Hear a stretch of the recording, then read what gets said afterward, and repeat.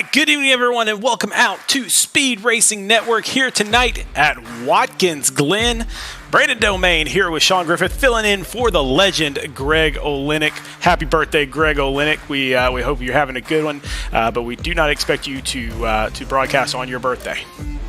No, not at all. And I think with knowing where he is, might not have the best reception at the moment. So on a little bit of vacation. But yeah, definitely well-deserved for him. And looking forward to running this back. We did this a couple weeks ago. Has that little bit of an old-school feel to it. Oh, definitely. But here at Watkins Glen, and it is really old school here because this is where I started off at SRN. So really happy to be back here at the Glen. And today's race is the Empire 110, 45 laps here around this track. Yeah, same distance, same race length as a season ago. The one big difference, no comp caution this time around at the halfway point. So it's going to run a little bit differently than what we saw last year. But we did see a good race last time out. Didn't see as many lead changes. Saw a pretty dominant performance from Joseph Causey last season. But I think we got some firepower here. Got a few favorites up there. But this is a track that some of these guys really like. It's kind of that anti-road course out here for a lot. And that can throw some wild cards up there in terms of who might be contending for one of those top spots. Absolutely. Now, those top spots on the leaderboard right now, overall, we're talking Seth Reed up front, Joshua Balliet right behind him, Vincent Cortez. A lot of tank racing going on up at the top there, except for Seth Reed, just holding his own out there for JW. Yeah, he's doing that and kind of bookend in the top five there with his teammate Jacob Manning in fifth. But the big thing that catches my eye, holy consistency in the top seven, because we have to go all the way back to that tie for seventh to find our first winner on the season, Jovi Ray. Austin Reedy, another one of our winners in 12th. Kyle Spees, who won the first race of the season in Daytona, he's down in 22nd place at the moment. So we're seeing some consistent performers up here in this top 16. Yeah, take a look at some of the big names on the right side of your screen there. Cole Martin and Daniel Bowther, two of the winningest drivers in Speed Racing Network history. They are on the charge trying to move up the leaderboards. But let's take a look at the team matchups from last week. And I'm not sure why that one in the middle is having a little bit of trouble there. But yeah, so JW Racing winning their matchup, JBR winning their matchup, Murray Rita Motorsports winning theirs, and then Tank Racing taking care of business against Barr.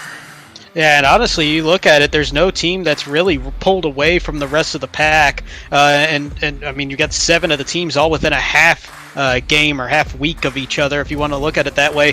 But you got JW, Tank, and Blackout all at 2-1. You got 4 teams at 1-1-1. So this whole thing has been very close. Even on the point side, for the most part, most of these teams all within about 40 points of each other when you look at those top 5 teams and the points scored also. So this has been a very tight season all the way through on the team side. And for those of you that don't know, we go 17 weeks of this head-to-head competition, and then we cut it down to the top 4. Third and fourth place, they'll go against each other for third place overall, and then first and second, they'll do a series against each other to figure out who the team champion is. So it is very, very important to break away right now. Yeah, it definitely is. And you look at those 4 magic spots. I mean, that 4th spot right now, it's a tie between 4 teams, and it's just being decided by the points. So I know we kind of emphasize getting those weekly wins or weekly draws even with the way that these standings are looking, but you've got to keep those points in mind too as the season progresses. Definitely. So let's take a look and see what the matchups are this week. Tank Racing versus Blackout. A couple 2-1 teams going up against each other. It looks like Phoenix Virtual is going to try to get their first win against Highline Racing, and then JW Racing will take their record up against Murray Reader Motorsports, and then Barr versus JBR. Yeah, and I think the 2-1 matchup with Tank and Blackout's going to get the headlines, but I really like that JW Murray Reedy matchup, especially on a road course. I think that one's going to be pretty level for some top teams. Oh, definitely a win. And I apologize that we're hearing some people in the background there. That's actually our incredible admin trying to give his announcements. I'm trying to block them out right about now. Sorry about that, but yeah. All right, making all these changes. But anyway, our payouts this week. Same as always, $30 first place, $20 for second, third, fourth, and fifth will each get their money back. But the all-important payouts are the season-long ones. Yeah, and we're all racing for that $500 championship at the end of the season, at the end of the playoffs. Still got plenty of time before we get there, though. Second place at the end of the season, 300, then 180, 120, and 80 for the rest of the championship 5. The three best in the next group will make some money as well, 60, 40, and 20, going to 6th, 7th, and 8th, respectively. Definitely, and we can't do this at all without our sponsors, Silverback Tax Solutions, Sparkle and Shine Mobile Detailing, TJ's Team, and Butt Kicker. But man, they are ready to roll out there. Let's take a look and see what our grid looks like. Yeah, and you know what? Not a shock here one bit looking at that front row. You got Joshua Balliet on pole. That one, maybe a little bit of an upset if you kind of go off the traditional roads races that we've had in the past. He'll be on pole with a 112.693. That's only 6/10 off the real-life fastest lap in Xfinity racing set by William Byron this year, by the way. Adrian Schumacher about 1800ths off. He will be making up the outside of row 1. Row 2, Kyle Benson and Cole Martin with row 3, Austin Reedy and Vincent Cortez. And row 4, you got Seth Reed, our points leader, and then Joshua Susi out there in 8th. Jacob Manning trying to move up from 5th place in the standings. He is in 9th. Cole Sacchetti, sorry about that. Cole from Highline Racing in 10th. Logan Truitt from Jonathan Byer Racing in 11th. Nathan De La Rosa will round out your top 12. And I mentioned that no real shock up there at that front row. Balliet and Schumacher, actually the two highest road racers here in the field. And you typically see around an average of about 13 to 1400 when it comes to racing on iRacing in terms of what your I rating is going to be for a specific discipline. They're at about 2700 and 2600 respectively. So they are far and ahead, going to be some of the favorites out here in this race. Oh, definitely. And a lot of big favorites out there. Who you got tonight?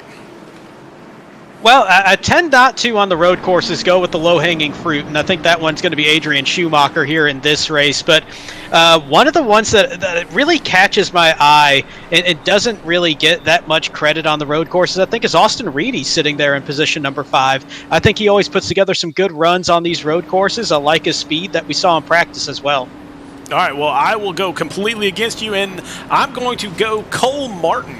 So Cole Martin, one of the winningest drivers in Speed Racing Network history, here in the Xfinity Series now. He was in the Truck Series and doing amazing, but he is here in the Xfinity, and I think he's going to do great here tonight. Definitely could, but it's time to find out because we're racing here at Watkins Glen. And we will see what happens in all-important turn number 1. This is where all the damage happens. Usually people just overdrive it. They just get a little bit too amped up. Let's see if everybody can make it through cleanly. Yeah, they're working their way down from 2 wide already. 3 wide going into turn number 1. That's tough. And we got one around. That looked like Max Service in the 81. Looked like Craig Lautenslager as well in the 99. They go both off track. And it looks like they're going to be all right. A little bit of contact there between Corey Stahl and Max Service as they work their way through the S's the first time, but largely a pretty clean opening couple of turns. Only a couple guys that kind of overshot that first turn.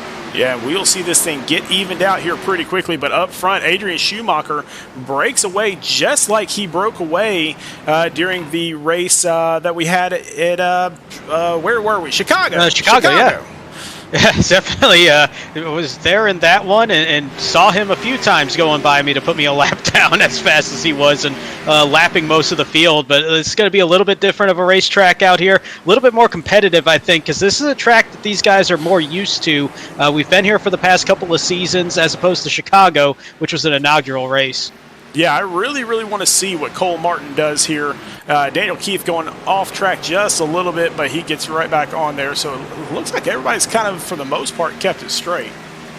Yeah, and they did a good job. I think the two ones that kind of get a little bit lost in the sauce here in terms of what the danger zones are. We always think about turn 1 on that opening start, but I think the S's are pretty difficult, and that bus stop is always looming, especially on that first lap. Sometimes you get side by side through there. That necessarily doesn't always work. You got to have both people really go perfect through there to go side by side through this bus stop, and I think we've done a good job of that, getting everybody sorted out, everybody being pretty patient out here in the early going. Yeah, it seems like the runoff here has been a little bit wider through that bus stop this season. Last season, it was pretty tight, but it looks like they've given a little bit more room on those rumble strips.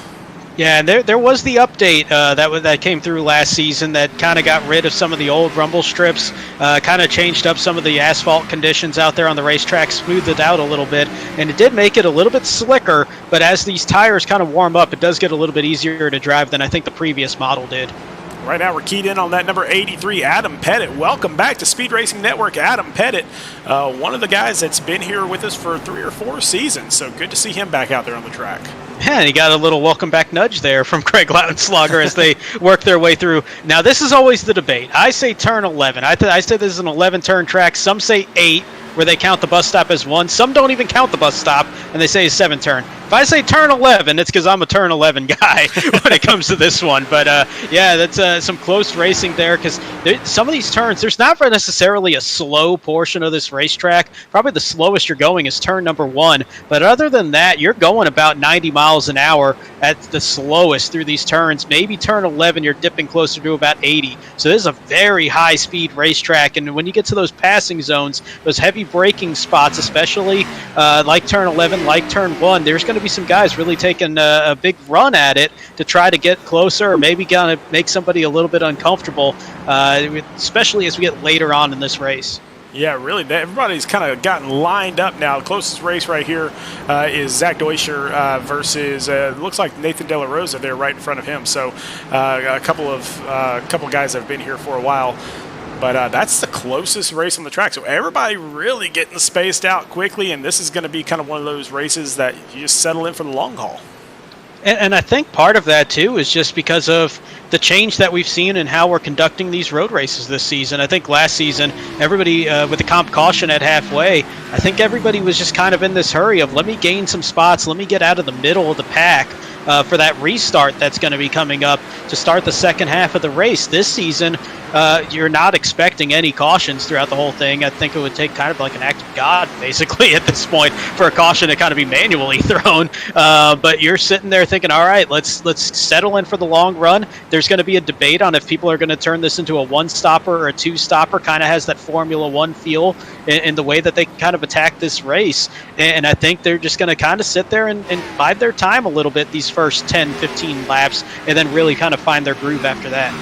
We're keyed in right now on Rylan Fascinato. He is our newest driver here. He's going to be joining Blackout Racing to replace David Miller, who had some scheduling conflicts there. But welcome to Speed Racing Network, Rylan, and he is up in 15th position already.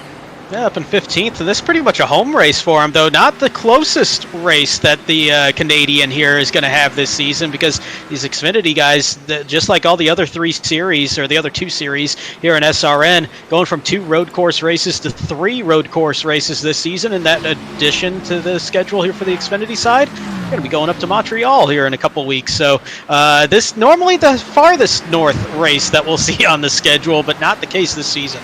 No, and Jacob Manning making a pass on Jovi Ray there, I believe. Actually, yeah, he made that pass on Jovi Ray.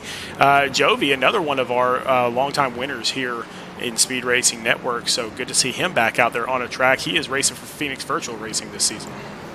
Yeah, Jovi had a heck of a run last season. If I recall correctly, he started back in the mid-30s, not taking a qualifying lap, started from the back last season, worked his way all the way up to a P9 finish, so a 26 position gain. He was easily the biggest mover throughout that race last season, and he's kind of crept his way back up. He started 14th, already up 3. Jacob Manning kind of holding steady in that 9th and 10th position throughout most of this race, which is a little bit better than he finished last season. He finished 13th one season ago, so some improvement there on the road courses for somebody that not many areas that he needs to improve upon here in a race car.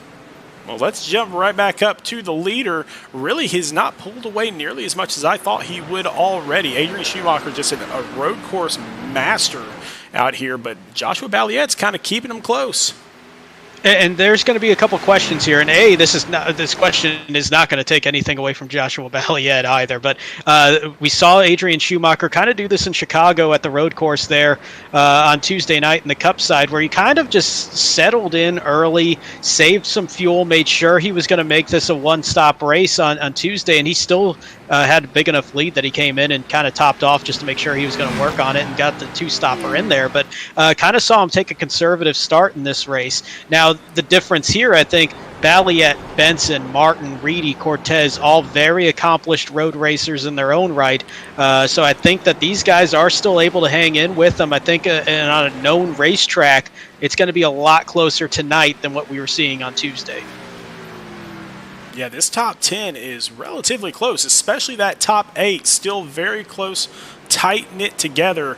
But it looks like Jacob Manning and Jovi Ray, they're going to be going at it for the rest of the night here tonight because their lap times are just almost identical.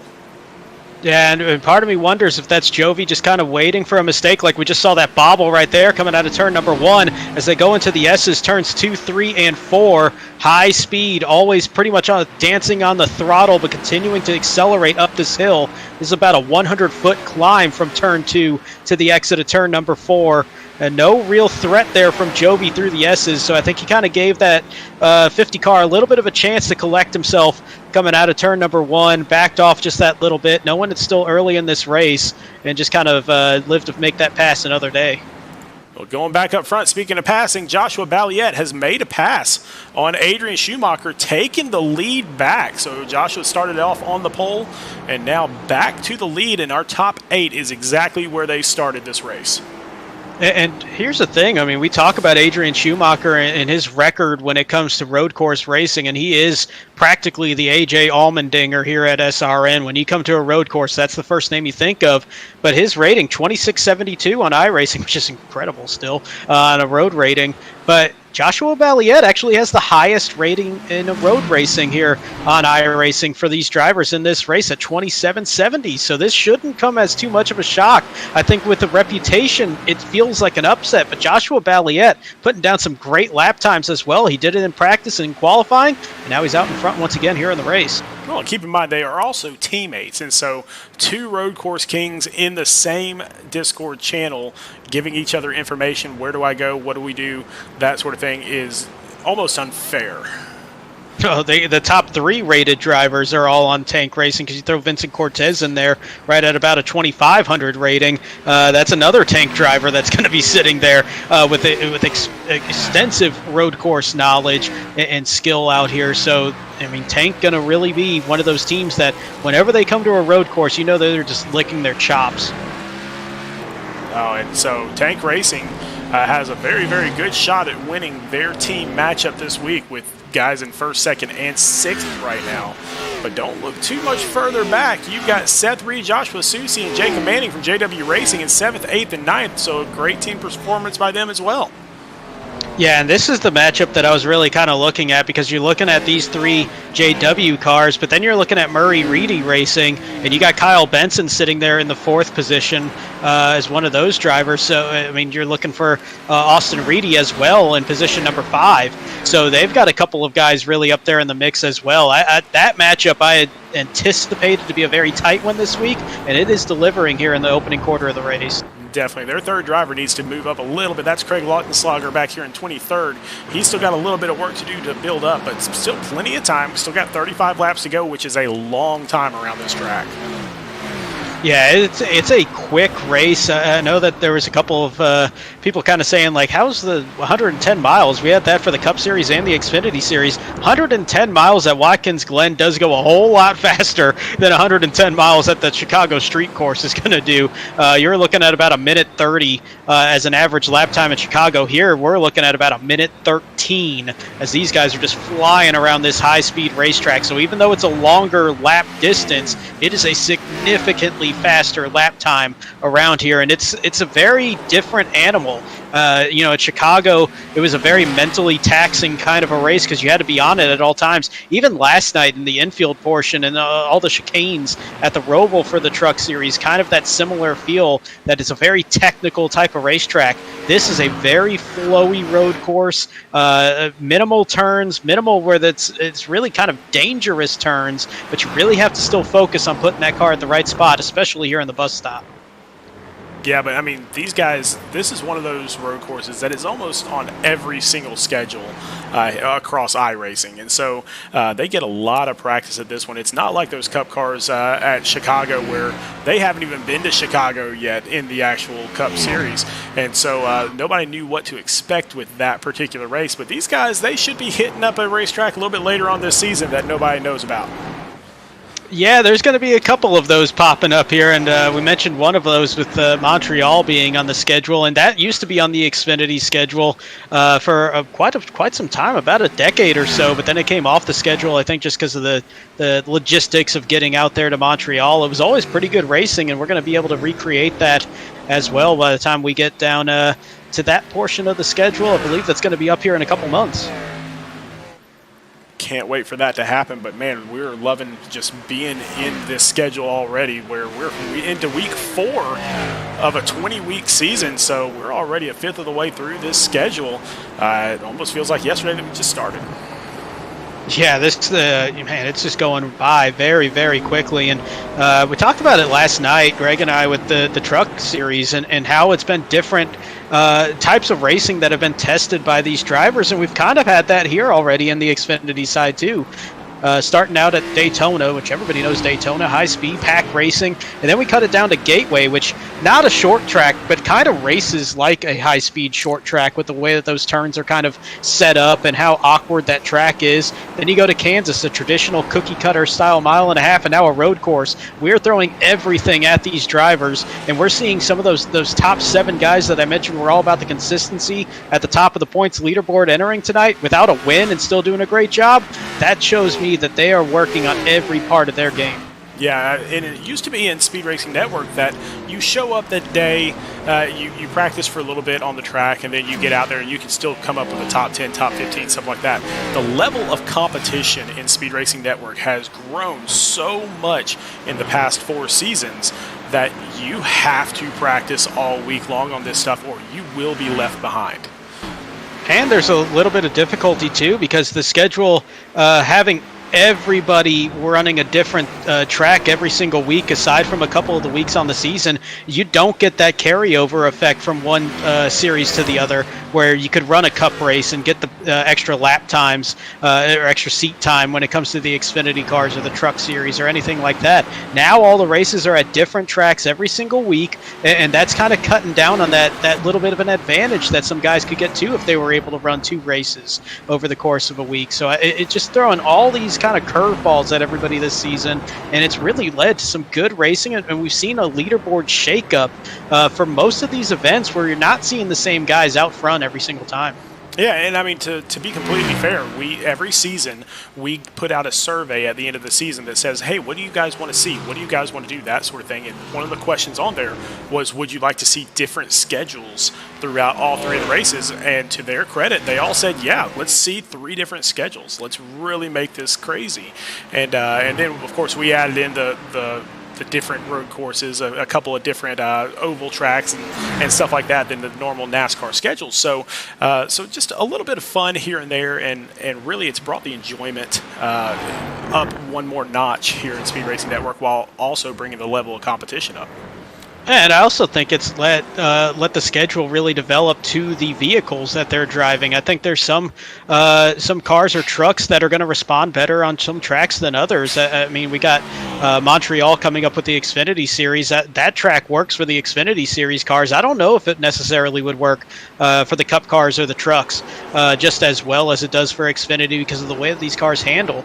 And the other part of it, too, is it lets us test different things for each series. And the road courses alone for the Xfinity side, obviously we're here at Watkins Glen. We talk about how high speed, how flowy this track is. Montreal, very technical racetrack, a lot of chicanes, a lot of tight corners. And then, oh, by the way, the third one that's going to come up in the playoffs is going to be the Charlotte Roval, mix of both of them. So everything is going to be tested here over the course of the 20-week season.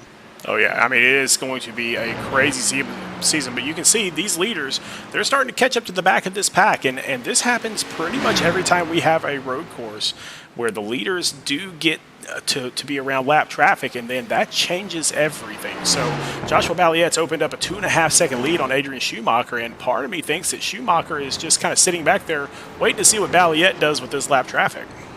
That's part of it. The other part of it is something that we talked about earlier. You know, there's going to be a little bit of differing strategies possible here because these cars, unlike, we got the 36 turned around, and looks like Johnson going to get that back going again and maybe be all right there, but he lost it there in turn 11.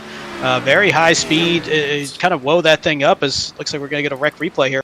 Yeah, let's take a look and see what happened back here with these guys. And I want to say Jackson Wade also got involved in something back here as well. Oh, but Jackson Wade just looped it on his own, just overdrove it.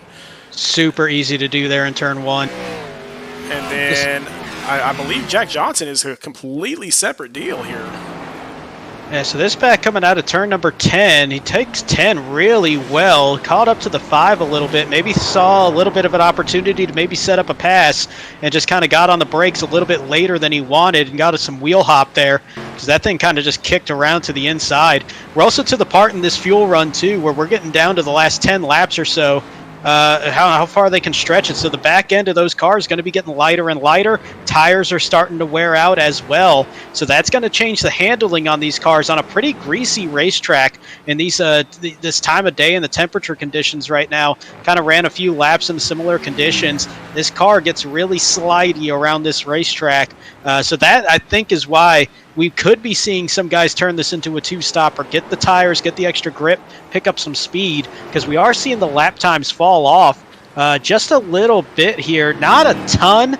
Joshua Ballietta, race leader, fastest lap of 1:13.08. He's running a 1:14.9 now, so actually I take that back. That's a pretty significant drop-off. Pit stop here is going to cost you about 40 seconds or so to the leader. You can make that up with that second stop, possibly, if you run this race well. So we might see some guys try to take that two-stop strategy. Yeah, I mean, something that doesn't get mentioned enough here as well is the elevation changes. When you're going downhill, it is a whole lot different trying to turn that car downhill than it is turning it uphill or on flat land. So, I mean, no matter where you are on this track, and you can see those elevation changes. Oh, wow, we almost caught that one live. Wow, and that is the ultimate part of where this elevation change really bites some people. It's right there in turn number 1. You're doing a 90-foot downhill climb downhill descent from turn 11 down into turn 2. So you're constantly sliding downhill. Then in turn 3, the middle portion of the S's, excuse me, turn 4, right at the end of the S's, you have a little bit of a crest, and that kind of lightens up the car there as well. Those are the two spots where the elevation really can take a bite out of these guys. So we got another one turned around there in turn 1. That's Jeremy Little. Yeah, same thing happened there that happened just a little bit earlier with Jackson Wade.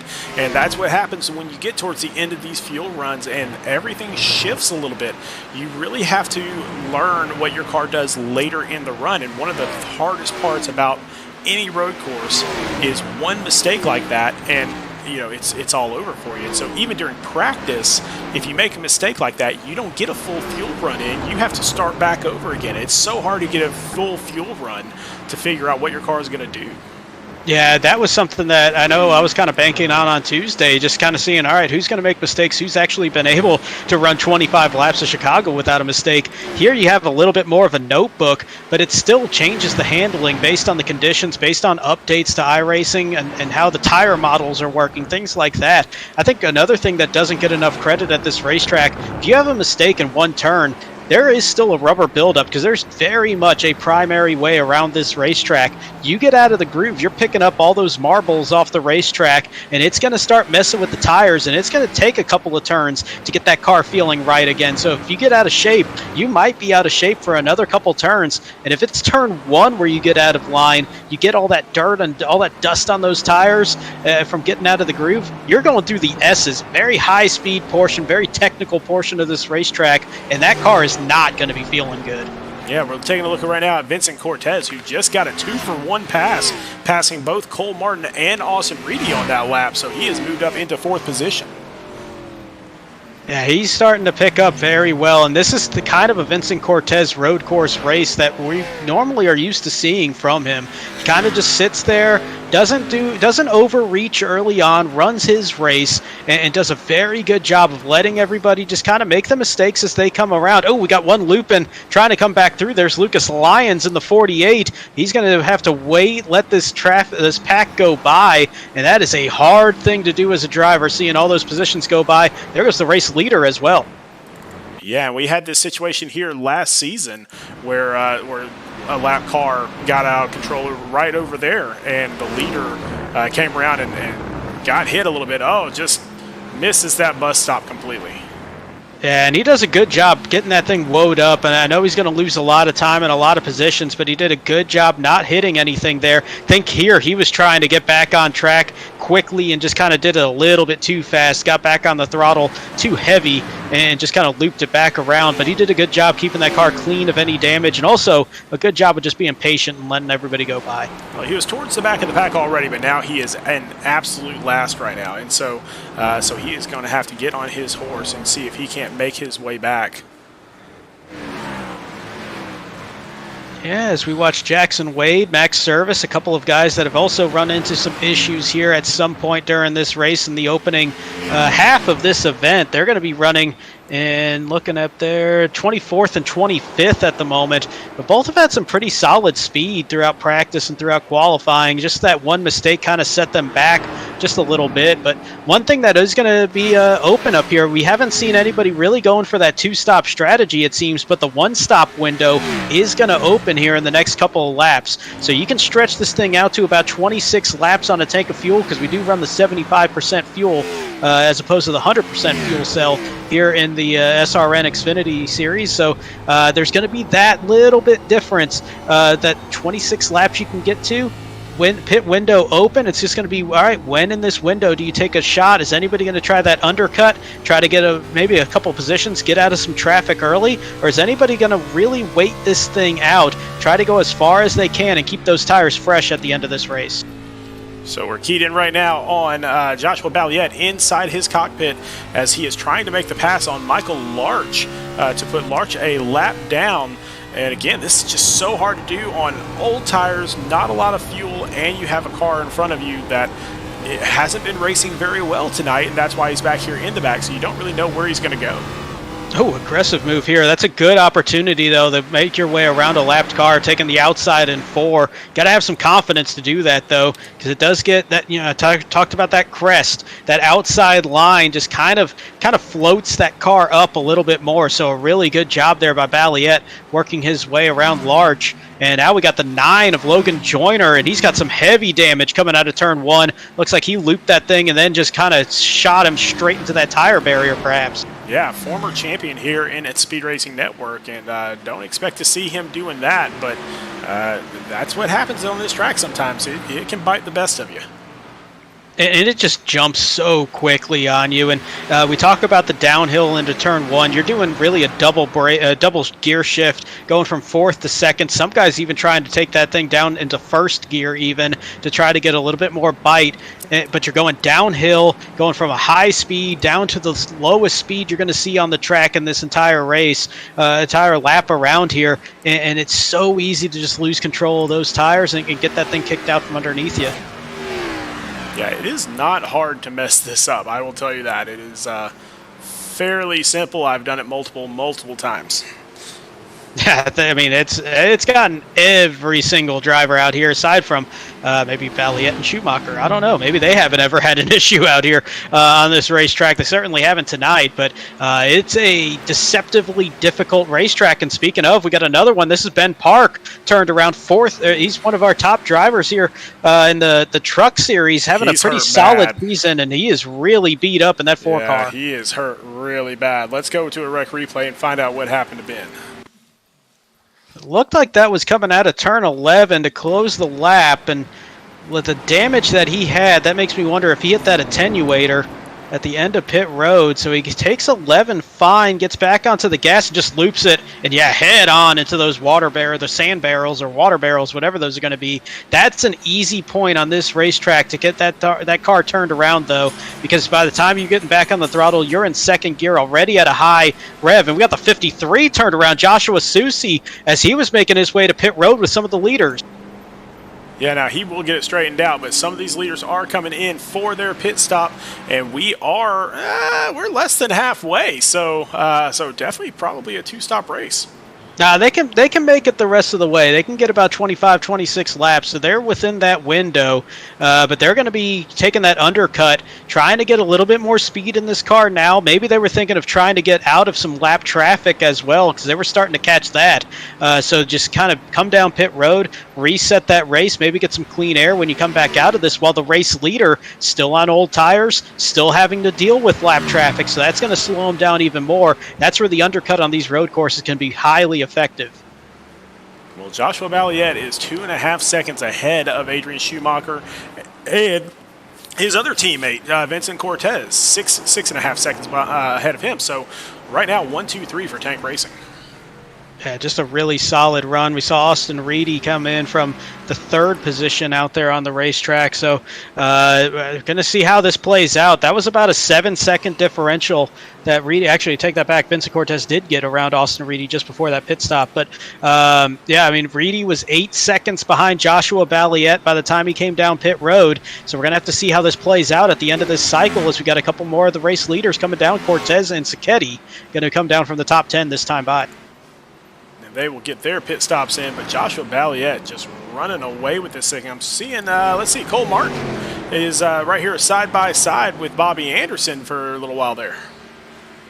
Yeah, and that's going to be a pit stop here for Cole Martin. He came in on lap number 22. Bobby Anderson still yet to come down pit road, and that's going to show you just the speed difference in these tires that you can pick up just from having so much more grip through these turns. And Cole taking a 1X there going off track. The 1X does apply for going off track once you clear that rumble strip, that very thick red and yellow rumble strip out of turn 1. One of the few places that does have that here.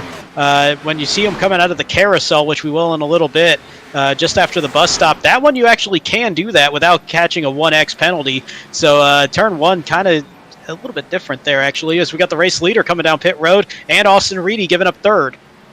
Oh, we got a little bit of a wreck back here. I've got to be able to find it. That is Daniel Keith driving backwards on the track to get out of everybody's way. Good move by him to just get out of everybody's way.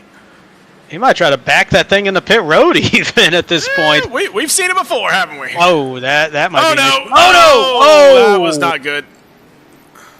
Couldn't tell who that... Looked like the 92 of Rylan Fascinato, so our new driver here. Hopefully didn't get a lot of damage on that. That was not the best way to go. Tell you what, that was not a good welcoming gift there for Fashion. Oh man, I'm Fascinato, man. Fascinato. I should be good at difficult last names. I apologize, Rylan, but it doesn't look like it's too bad of damage actually from that kind of significant hit that we saw. So it might have lucked out a little bit, not getting too much damage. But that is a tough break there for the 92 of Fascinato. See if he can get back out there and kind of get back into that good run. He was having a solid run here tonight. And here come the rest of the leaders, it looks like. So Adrian Schumacher coming in, and Logan Truitt still 18 seconds behind the leaders. So he will either inherit the lead here shortly or he will pit as well. I'm guessing he's going to pit. He could very well, or if he wants to get that bonus point, well, he's not going to get the bonus point anyway, as Schumacher's just already crossed the line. So, yeah, he's going to come down this time by, give up that spot. He could have stretched it one more lap, I think, but this is kind of stretching it to the end of that run. And Zach Deuscher coming in as well. I think we've only got 1 or 2 other cars out there that have not pitted, but Joshua Balliet coming around, and looks like it's going to be him back to the lead. And he should add about 2 seconds to the differential that we saw before. As you see Schumacher falling back down to 4th. He's going to fall back maybe to 5th. Do get a little bit of a speed difference there where you can pick up some time coming out of pit road, taking the shorter way around it. That actually might keep him in front of Vincent Cortez. The problem for Schumacher right now in ice-cold tires, just working through the S's without any heat in those tires, sticker tires this time. That's a tough way around that racetrack. You will give up a little bit more time, but Schumacher just handling that like a pro. Yeah, I mean, he's so smooth, so clean. And, man, if we had a tenth of his talent on road courses, then we might be able to compete in this series. Man, no kidding. It's one of those things like these road courses. I think it comes down to confidence just as much as anything. But when you have the talent and the confidence, that really takes you a long way. But Schumacher does lose a couple seconds to that undercut from Joshua Balliet. Now that could come right back around though, because he's going to have a little bit fresher tires at the end of the race. But losing 2 seconds there on that undercut that Balliet had compared to him is going to cost him a little bit. The first car that we saw on pit road from the leaders is that one car of Kyle Benson as he makes his way down turn 1. He's now only 1.2 seconds back, and he was significantly farther than that before doing that undercut, so he made up a ton of time on that play. Don't look past Cole Martin here in third place either, so he is up ahead of Schumacher as well. And one thing that we know about all these guys up in the front, they make it so hard to pass them. Incredibly difficult. This is one of the better racetracks when it comes to how, I don't want to say easy it is to pass somebody, but how welcoming it is to try to pass somebody. There's plenty of opportunities out there. It's not such a narrow racetrack. Oh, Cole Martin gets a little bit of air going through the bus stop. He's going to loop it almost. He does save it, but they're wrecking behind. Adrian Schumacher and Cole Martin around. It looked like there was a blinking issue. Looked like there's... Austin Reedy. Oh, that's, oh boy. 3 top contenders here, all knocked out with damage in this one. Adrian Schumacher might have gotten the least of it, but that's some heavy damage for Cole Martin and Austin Reedy. Oh, let's find out what happened here as we go to another wreck replay.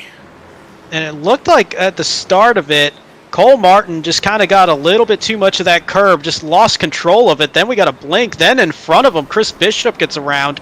And, man, that was a whole bunch of things kind of looped in one. Everything happened at the same time there. Let's see it from Cole Martin's perspective here. And I think Martin and Schumacher actually had it saved. I think they were going to be just fine, but then the blinking happens, and you just don't know where Bishop is, and then Schumacher blinks at the same time. That gets Martin around. That was just an absolute mess. Ugh. One more time really quickly as we try to get back to the race here shortly to find out how much damage is going on here. But from the chopper view, that blink did not help things at all. Oh, Cortez in it. And Cole Martin just a sit and duck as the 96 of Austin Reedy comes around and tags him. And that's tough too, because when you come out on that, you got your automated spotter, you're going to hear car stopped on the right, car stopped here, but coming out of that bus stop into the carousel, you're pretty blind for quite some time. And I think that's where Austin Reedy kind of got in that. He was thinking, all right, let me go out here to the left, and then sees Martin moving, and hits the gas, and just all that stuff just kind of log jammed everybody up there. But Cortez, Schumacher, and Reedy and Martin, they're all still in the top 7, but they're not going to be feeling as good as they were before that incident. With as much time as between all these drivers right now, if your car is still moving forward, just stay out there and get what you can out of it. I mean, even if you get a top 15, that's still going to be one of your better races this season. Yeah, I mean, you're sitting there just hoping that it stays together at this rate. A few of those guys had some nose impacts, so you got to hope that the engine's working just fine, not going to have any issues there. For Cole Martin, looks like his issues are going to be mostly just aerodynamic on the rear, maybe hopefully not some suspension damage also. But you're just hoping at this point that the engines stay together and the cars just kind of keep handling the way that you're hoping. But you're right, at this point you can't pit. Everybody's good the rest of the way, at least through the top 20, 25 cars. So I mean, you're just kind of stuck with what you got at this point, unless you're really willing to sacrifice at least a lap around here by the time you get damage repaired. Well, it looks like they're still moving forward, so I mean, it's we'll have to kind of check in on it and see how they're doing here in a few laps, see if they're still up in the top 10. But Joshua Balliet definitely still in the top 10, and he has extended his lead out to 3 seconds over Kyle Benson.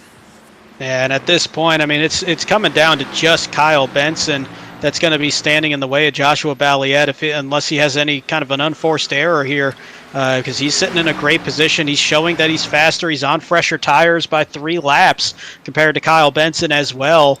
And he had the faster lap times by a little bit anyway, being the race leader at the start of that pit window. And then you get the damage to Cortez and Schumacher and Reedy, and Reedy actually falling off probably about a second a lap right now, so he might have gotten that even worse than we thought. This race really coming down to Balliet and Benson, and if Balliet makes a mistake, can Benson capitalize? That's pretty much what we're dealing with at this point. Yeah, I mean, I've watched Joshua Balliet race for a while now. Him making a mistake, it's a tall ask. Keep waiting. Yeah, he is very, very solid on these road courses. Just understands how the car feels getting around this racetrack. And speaking of how it feels going around the racetrack, Austin Reedy, you see that nose damage there, and that's just going to be throwing off the aero, probably going to be throwing off the power unit as well a little bit, just by getting air to it. Oil temps probably kind of creeping up there. Maybe the RPM's kind of bouncing on him. That's just going to be an uncomfortable ride here for the next 16 laps.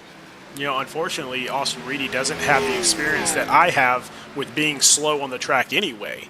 And so I would be driving better right now with that engine damage than I normally do with the faster engines. Well, and I mean, we joke about it, but at the same time, like, I kind of brought this up last night, and I think I brought it up in a weird way, but if you're a race leader or anything happens, you don't necessarily want to change your pace. Even if you're 10 seconds out in front, you don't want to go slower and try to maintain anything, because it changes your braking points. It changes the line of entry and exit that you want to have going through the racetrack. And on an oval, you can get away with that. You can adjust a whole lot easier than on a road course to those kind of things. So even just something as the little bit of aero, of course, is going to hurt. But if he's losing 5 miles an hour, it's going to completely change how this lap feels working their way around. And you can see some blink in there, but that's not the problem right now for Austin Reedy. The problem right now is just he's all crinkled up, and I don't think he's under full power, because Seth Reed is just, I mean, he's stalking him and he's going to pass him. It's just a matter of where. Yeah, he's got to pick the right time. I think this next lap, he's going to work his way around that 96 car. I don't think he was wanting to dive bomb into one. I think knowing that he's got some damage and off pace just that little bit, the last thing you want to do is put that car in an uncomfortable position as well. So I think he's just going to kind of wait for the moment where he can get a good run and make that pass pretty easily. And honestly, that's the difference between a rookie and a professional driver, is knowing that you can wait another lap before you make the move, knowing when to make that move instead of forcing it. And so we see a lot of drivers that start off in Speed Racing Network on the lower levels, where they get in here and they force those 3 wide moves. They force those moves into a corner where they could have just waited one more lap and they would have made that clean. Yeah, absolutely. And I think part of it, too, is he's looking at the numbers. He sees that we got Jackson Wade around again, very slow on the racetrack, trying to get back up to speed. Where I was going, though, was, Vincent Cortez. Cortez around now, and he's going to fall behind Reedy, and Reed maybe fall into the clutches. Oh, wow. That was Lucas Lyons, I think, getting nearly turned around also coming out of turn 11. Turn 11 has just been a nightmare for guys tonight. Let's find out what happened, because that is rare to see. And it looks he caught the grass. He got too far outside there. Yeah, just 2 tires into the grass, just that little bit, and under braking, there's nothing you can do, because there's grip on the right side tires. There's no grip trying to slow that car down on the left side, so you're going significantly faster on the lefts than you are the rights. And he did a heck of a job saving that thing, really. It would have been very easy for him to loop that down to the inside and in the direct path of traffic. Also could have really overcorrected it and driven himself into that Armco barrier on the outside. So he did a tremendous job keeping that thing from getting any more damage than it already had in that earlier incident. He is back out there on the track, but he did lose a couple spots. It looks like Seth Reed just went off the track as well. Big hit for him. Ooh, that was really close to Cole Martin. We call that a code yellow. That was a nervy moment there for everybody behind Seth Reed as he was trying to get that thing turned back around. And I know what he was going for. It was one of those things where it's like, hey, I can get this snap back around pretty quickly. I got a window. Oh, he had a pretty hard shot. Big hit. Kind of reminds you of that's the same spot that we saw some pretty epic crashes. Oh, wow. Some pretty epic crashes in real life about 10 years ago. You saw Michael McDowell, David Rudeman. They had those impacts right there at that point coming out of the carousel. And that's that same point in the racetrack that just got Seth Reed into some pretty bad shape. And that gap that we saw, he was about a second behind Austin Reedy, if that, maybe a half second for a lot of that lap. Now he's 14 seconds behind him. Yeah, I mean, one mistake here means the difference between everything. And Joshua Balliet has not made those mistakes yet. He is 7 seconds ahead of Kyle Benson and extending that lead even further. Yeah, he's a second a lap faster than Kyle Benson right now, and I mean, you've got 13 laps to go. This is looking like it's going to be, or excuse me, 12 laps to go. Looking like this is going to be a pretty comfortable drive, nearly the entire front stretch between first and second place.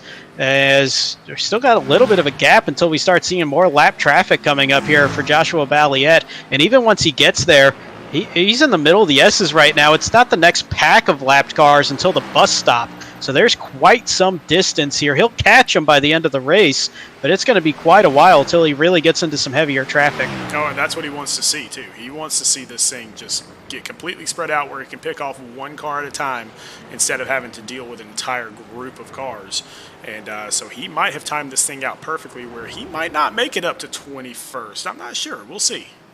Yeah, I mean, we're looking at this entire straightaway as he comes out of the carousel now. That pack is just now coming out of turn 11, so we're probably about 12-second gap or so. He's about a second a lap faster than second. I think he'll catch him, but then, I mean, I think at that point it's just going to be so late in the race, it's probably just going to be enough of a time gap that he doesn't really have to worry about it either. Yeah, let's take a look and see how much more time he put on Kyle Benson this lap as he crosses the line.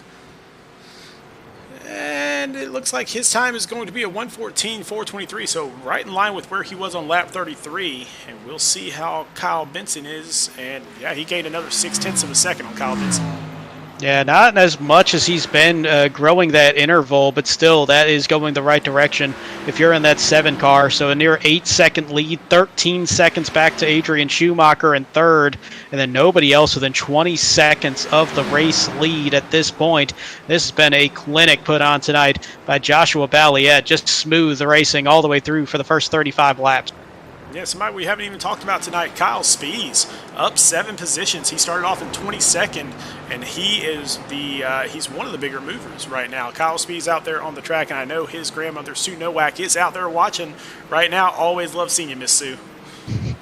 She's always out there. You got a pretty decent crowd tonight as well watching this one as we close out road course week. So always thank you to everybody tuning in here. And if you haven't already, hit the bell, hit subscribe, do all those things that Greg normally talks about. That way we'll get you notified every time that we got a broadcast coming up. If you like what you're seeing here from Speed Racing Network, we get back to the ovals next week, and a little bit of some throwback races coming up here pretty soon as well. Oh, yeah, it's still our schedule, and we talked about it earlier. It's just so phenomenal. I think all of the drivers were excited when we released the schedule because everybody had a track that they really loved on it. Absolutely, and talk about the differences here that are coming up.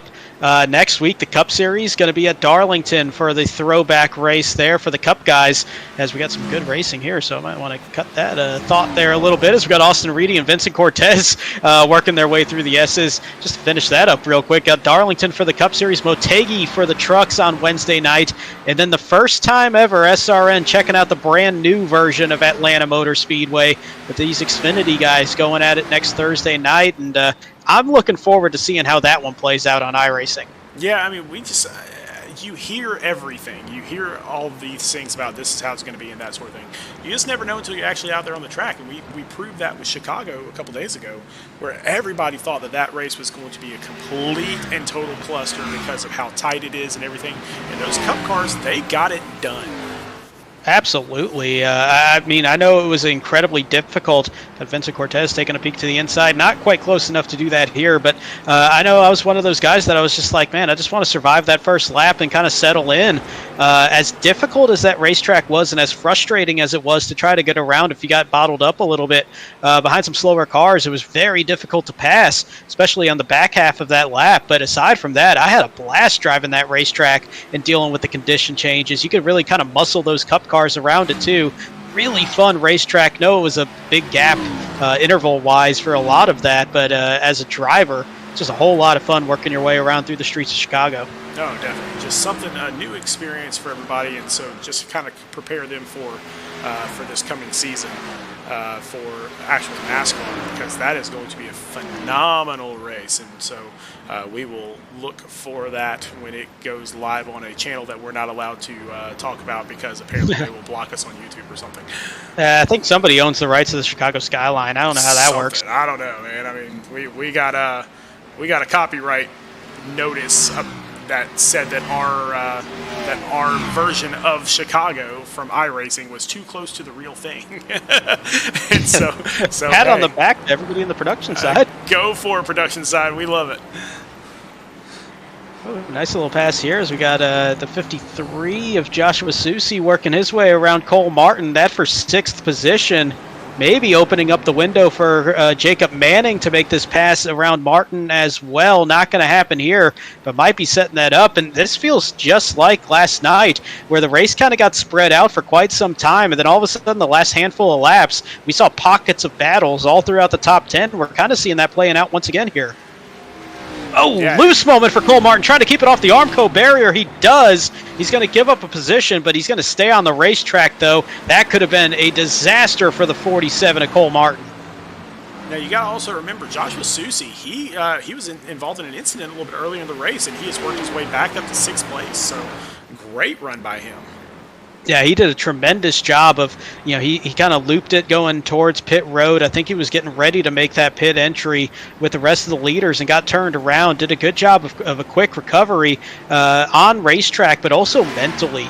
And that's something that I know we talked about last night. Another good battle here. Vincent Cortez finally trying to make that pass on Austin Reedy. He's going to try to do it on the outside here in turn number 10. And still side by side as they head into turn 11. Inside line going to prevail here and see if there's a crossover attempt from Austin Reedy. He's going to make a shot at it, trying to cut down to the inside as they head down the front stretch. Looks like Vincent Cortez is going to take that spot as we head down into turn 1 towards the end of this race. Yeah, I think that's the power difference there. He had the run, but I think you're right. I don't think that car is running at 100% power capacity in that 96 car. Might be closer to 96% to what that engine's used to putting out, because he just did not have the drive that was expected coming out of turn 11 with that run that he had. And as we get closer and closer to this finish, Joshua Balliet with a 10-second lead now, so he just has to hold on tight. Second place, Kyle Benson has a 5-second lead on Adrian Schumacher in third. Austin Reedy. Oh, he missed the bus stop, had to slow it up, and almost got into Jacob Manning as he was coming out of the bus stop, trying to kind of get that normal line, and Reedy was just right there, and he probably didn't even see him coming. So a great job by Manning to avoid Reedy, as he did a good job. You get the time penalty. It's about 5-6 seconds, I believe, based on what I remember from the past, if you go through the bus stop, depending on how severe it is. So he just chose to park it in the bus stop, give up that time pretty much immediately, and then try to kick back into gear coming out of the exit of the bus stop. He's going to lose a handful of positions, but that still could have been a whole lot worse there for Reedy. Yeah, I mean, had he tried to take that bus stop with a bad angle, he would have lost a whole lot more than the 2 positions he lost there. So good job by him making that decision as, he gets right up on top of the 33 here. That's Corey Stahl. Man, if you're Corey Stahl, seeing that car faster than you, closing in on you, close to you, and then start blinking, that is a scary moment if you're a lapped car right there, because it's tough enough being a lapped car in these racetracks, trying to make sure that you're doing the right thing. We always talk about the gentleman's agreement on these road courses. You're not going to get your lap back from a lucky dog, so you're not really racing that whole lot. If somebody's a lap or 2 ahead of you, just kind of let them go. And I know Corey was trying to do that, but then you get the blinking back there, and you just can't read where that car is going as you see him take the outside to let more lead lap cars go. That was Corey Sacchetti that went by. We check in now. Battle for the top 10. It's going to be Logan Truitt in the 65 and 10th. Daniel Bowdler in the 6th right behind him. Yeah, Daniel Bowdler has won quite a few road courses here in Speed Racing Network, on his way to being, I believe, the winningest driver in Speed Racing Network history still. And so he is still battling up here, but he's in 11th place, and it's not a common place for him to be outside the top 10 on a road course. No, and I think that's what we were talking about earlier, just how competitive this series has gotten. You really see it on the road courses, I think, because we're getting more and more talent. It shows on ovals, but I think it really shows when it comes to the racecraft and the discipline side when it comes to these road courses. And Daniel Bowdler, heck of a driver. I mean, you can list the accomplishments all day long, sitting there racing for a top 10 position. I think that's also part of his style, too. He just knows, I got to get to the playoffs. I need good finishes here. He comes into this race and just ahead of that cut line by 1 point. I think he might be thinking, you know what, if I can get to top 10, great, but I'm still sitting in a pretty good position. I know I'm completely biased, but I absolutely love that paint scheme. Gee, I wonder why. Silverback Tax Solutions car out there in the Silverback Tax Solutions series. Hey, gotta love that. That's good advertising, man. Doubling down on the advertising there, as he's got that little Mark Martin throwback style paint scheme, and always like that one. May have a little bit of similar coming up here pretty soon with this throwback race in Darlington. But yeah, final 4 laps here. Joshua Balliet continuing to run away, but we look at all these little battles that are playing out on the rest of the racetrack. We've got some, I would say, 3 really good ones inside the top 10. So we got Cortez and it's going to be Saucy and Manning right there, nose to tail. You got a 3-way race between Reedy, Martin, and Sacchetti, and then you got Truitt and Bowdler. So this race really starting to develop here for these guys at the very end of this thing. Yeah, a couple teammates, Susie and Manning here. So a couple drivers here that are in the same Discord talking to each other, trying to work their way around. But Manning does not like being behind anybody, even a teammate, so he's going to take that spot. As we've seen in recent days in real life, sometimes teammates might disagree, but that one actually handled pretty well as Jacob Manning powers his way through. And we got one turned around in the carousel getting back up to speed. Is that Dalton McKinney? It is. Dalton McKinney turned around as well, so we've had a couple cars finding some trouble here. And this is that point in the run, too, where, like we talked about early on, the tires are starting to go. The fuel is light in the back of that car. It just gets wildly loose on you. Yeah, a couple of these cars having a little bit of trouble here towards the end. With only 3 laps here to go, and Joshua Balliet all but winning this thing. And he's going to catch up to another couple of lap cars here, but I don't think he's going to struggle too badly with them. I think he's just going to kind of hold back with a 12-second lead and extending. So no reason to put yourself in danger. Well, remember how we said we're not too sure if he's going to catch that pack around 21st place? Well, he's gotten by 2 of them. He's closing in on 21st place right now. So right at the end of the race is where he got him. And we've got side-by-side. This for the top 10. Truitt and Bowdler as they work their way through the S's. That's turn 2. They're going to make the left through turn number 3. Hit that bit of an upshift, go in the 4th gear here for turn 4 out of the S's, and that was a power run there from Logan Truitt. He had that outside line. Normally that's not going to work through turn 4 too well, but he had such a run through turn 3 that he just carried that momentum all the way through. Yeah, Truitt and Bowdler had a really good race going a few weeks ago at that short track. So I think probably live to fight another day was kind of what happened. Oh, and we got Lucas Lyons spinning and hitting the barrels hard. Oh, he backed that in pretty heavily, and that might be... Yeah, oh, he's just going to tow it. He's towed out. We've all been there. We've all been there. Hey, absolutely. And that's one of those things you just kind of got to pick your battles and maybe test the frustration level as well once you start having a couple issues during a race. But we see a nice outside look here. Cole Martin, Austin Reedy saw their run-in at the end of that incident earlier on coming out of the bus stop. But Cole Martin finally going to work his way back around Austin Reedy. That'll be for the 7th position. Try to chase down Joshua Susie now. It's only about a second and a half ahead of him.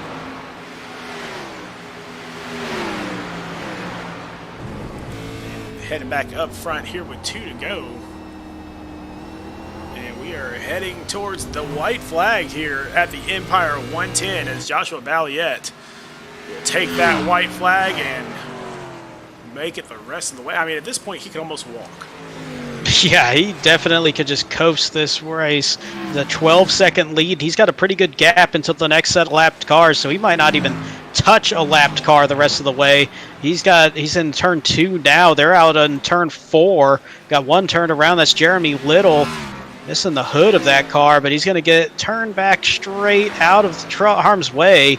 No issues there, but definitely no issues for Joshua Balliet as he approaches the bus stop for the final time. Really, this is the last real thing that you got to deal with on this final lap. He does it cleanly.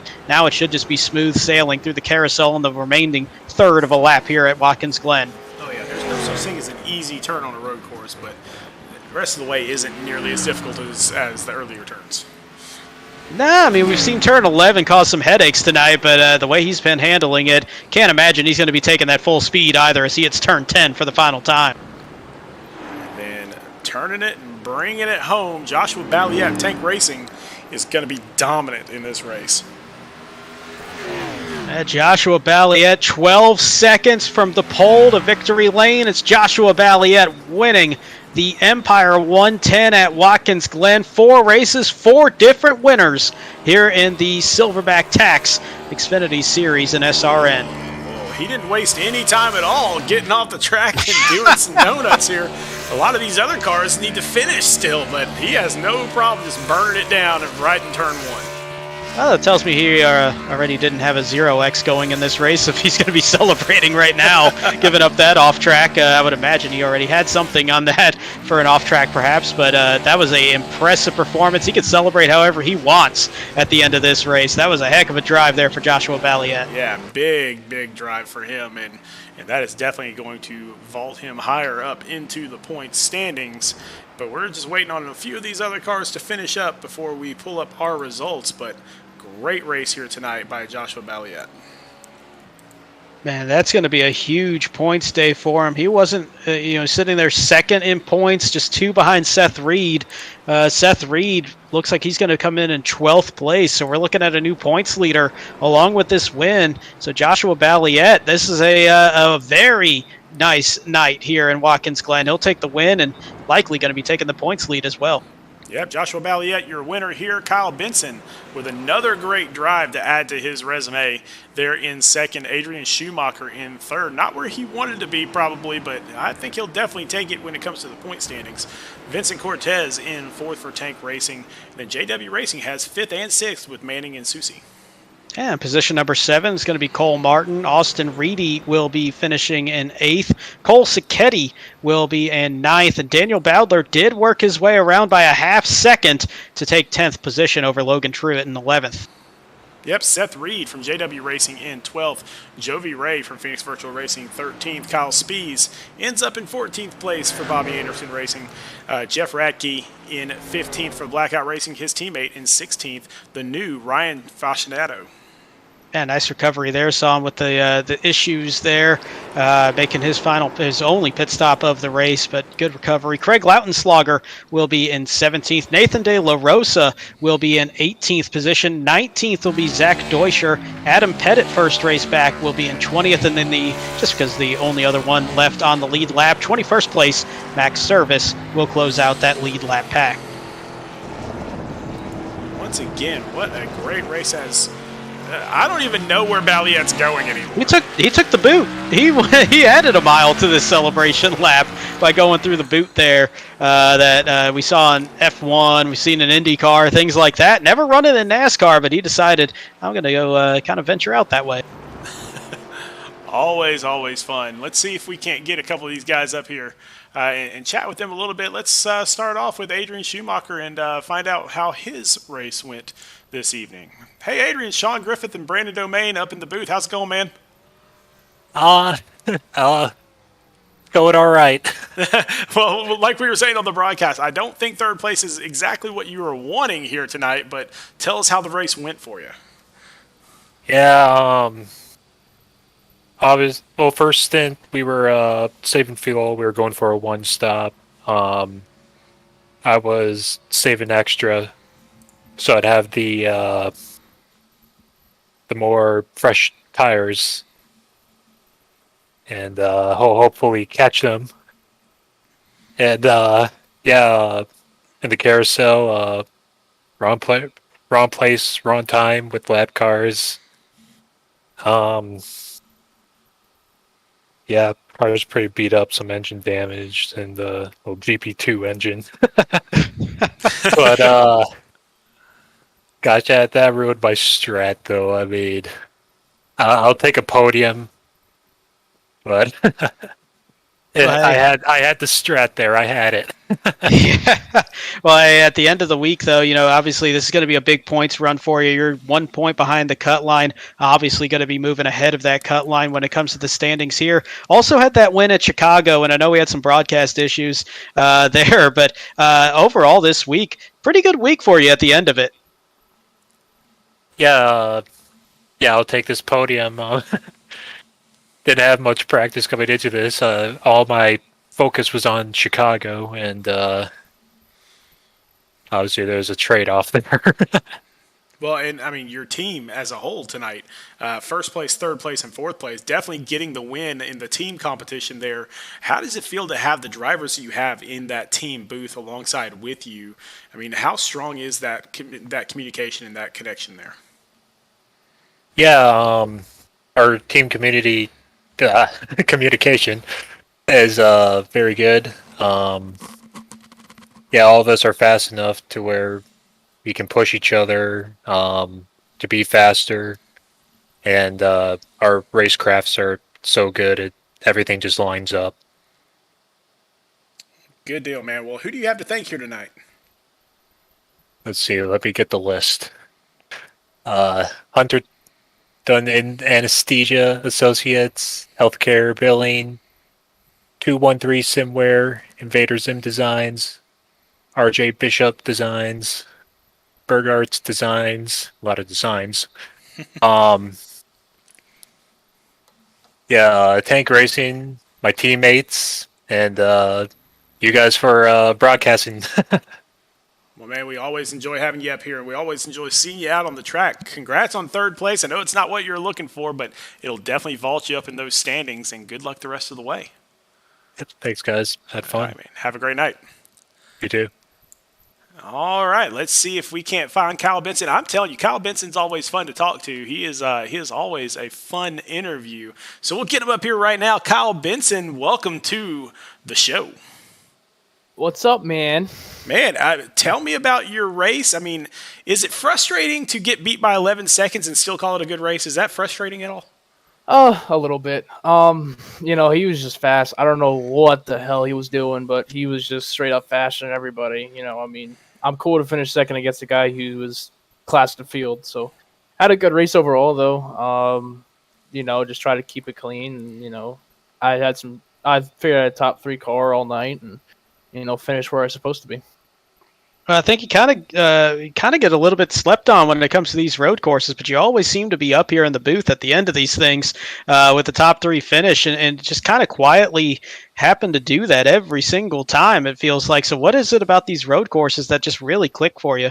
Well, as my buddy Drew Ballesteros said, I'm sneaky fast. But, I don't know, man. I'm just kind of there at the end. I just kind of hit my line, know where I'm faster at and really capitalize on where people aren't. I like road courses. I always flow with them well and always gel with them, and I've always liked them. I grew up playing Forza, so I have some experience, and just coming on here just kind of like night and day, and but really it's just kind of got to keep consistent. If you're consistent at big tracks, you can be consistent at road courses, and that's what it kind of comes down to.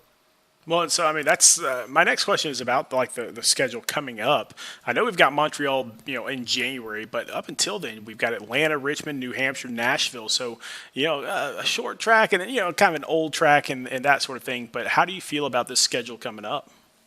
I'm cool with everything except Nashville. Last year we got lucky with the finish we got, but I was slow all night, so it really got to hammer on practice laps in Nashville. But everywhere else, man, I'm cool with. I don't know if it's the new Atlanta or the old Atlanta. It's the new one. It's the new one. It's always the newest. The new Atlanta is gonna be tricky. Never raced there ever, especially in these cars. So it'll be just a whole big bag of I don't know what the hell's gonna happen. So, and going to Richmond, I'm pretty good at short tracks, and everything else, man. I'm just kind of hoping I can get some good, decent finishes next few weeks, man. Just kind of get that playoff push starting early. Well, man, congratulations on a great race here. Who do you have to thank tonight? Team Designs make me a beautiful car as always. TJ's team, it's just a good Kansas society to be a part of. Everything they're doing outside of the sim racing is wonderful to see. Seeing them come from from sponsoring cars to sponsoring real cars. So all that stuff's cool. You guys for a broadcast, you guys are amazing when it comes to broadcast. Sean and Brandon, when Greg comes back, man, I miss my beef man. I miss him, but I know he's enjoying himself. Other than that, man, everybody comes in here every week and have fun on Thursdays. So other than that, man, that's about it. Well, we appreciate it, man. We enjoy it. We enjoy watching you out there on the track, but we'll have to watch it again next week as we head to New Atlanta. But, man, congratulations and enjoy your night. I appreciate it, man. Thank you. All right, let's see if we can't get our winner up here. And not really a surprise, but still a surprise a little bit. But Joshua Balliet, welcome to the show, man. Tell us all about this thing. You just dominated that race. Yeah, it was pretty fun seeing the front of the field for once. But it all happened when you got a teammate like Shumi pushing you to go fast at road courses. Yeah, I mean, we were talking about that during the broadcast that the top 3 rated drivers here in the league on road courses, all with Tank, with you, with Schumacher, and with Cortez, all sitting there around 2,500 or higher. What does that do competitively inside the team when you see these road courses? And we talk about the schedule also, a third road course showing up this season. How much confidence does that give with the team, and how much does it keep building on itself just by having so many heavy hitters with you? Well, that's immense. Like, it just, you know, when you go into a practice, like when you see one of your teammates hit a time, you just like, okay, so I have to be around there. So, confidently, like, that's a good time. It isn't like you're the only fast person on the team. You hit a time and you're not sure if that's good enough. When you have the fastest people on your team, like this, you can be confident when you're practicing if you're doing the right stuff or not. Well, I mean, so with all these races coming up and knowing you have that entire group around you there, what is the plan coming up with the racetracks we got, especially New Atlanta, where everybody's kind of concerned about it being the new track? What do you guys think about it? It's kind of, it's a super speedway, so it's a lot of unknowns. Just like most teams are going to try and work together as best we can, see if we can get in a good position, because I'm down here trophy hunting. I'm looking for trophies, so I'm looking to win them all. Well, man, you're on your way by winning tonight, especially as convincing as you did. 11.6 second victory here at Watkins Glen. Do you have anybody to thank here tonight? Yep, my Hunterdon Anesthesia Associates, Healthcare Billing, 213 Simware, Invader Zim Designs for thank Devin for all the paint schemes he makes, especially also with RJ Bishop Designs and Berg Arts Designs. Emerson for keeping me calm and collected, so I don't drive over my head in these races like I sometimes do with Adam. So thank him and just all my teammates. Man, great job here tonight. Congratulations. And we'll let you get back to celebrating with the Tank Racing guys. I know usually they have karaoke after one of their team members wins. I'm not sure if you guys still do that or not, but for all those viewers out there that want to know what that sounds like, just don't. No. Yeah, it's for the best. It's just a private matter. Yeah, let's just keep that thing private. All right, man. You have a great night. Yep, thank you. All right, buddy. All right, Brandon. Well, that is it for this one. But next week, we are headed to that new track in Atlanta that everybody's calling a super speedway. And we'll see what it's all about as the Peach State 135 takes off.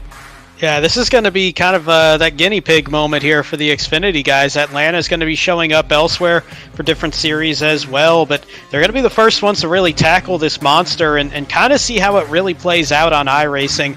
I know I've seen some people kind of say it didn't feel like it looked on television in how it raced when it came to either A fix, B fix, or C fix, Cup, Xfinity, or trucks on the service when Atlanta came up on the schedule in real life, that it kind of came down to a little bit more handling. It wasn't as much mash the gas and go like some people expected, but we'll see if that plays out here in these conditions for these Xfinity cars with some guys that kind of know each other a little bit better and have that expectation of what others can do. That might change how this race plays out. I'm really excited to see what this Atlanta looks like. Yeah, it's going to be a lot of fun, but definitely come and join us next Thursday, November the 10th at 8 p.m. Central Standard Time. That's 9 p.m. Eastern. Don't miss it. like, subscribe, hit the bell, do all the other stuff that you're supposed to do. But until then, always remember to go faster.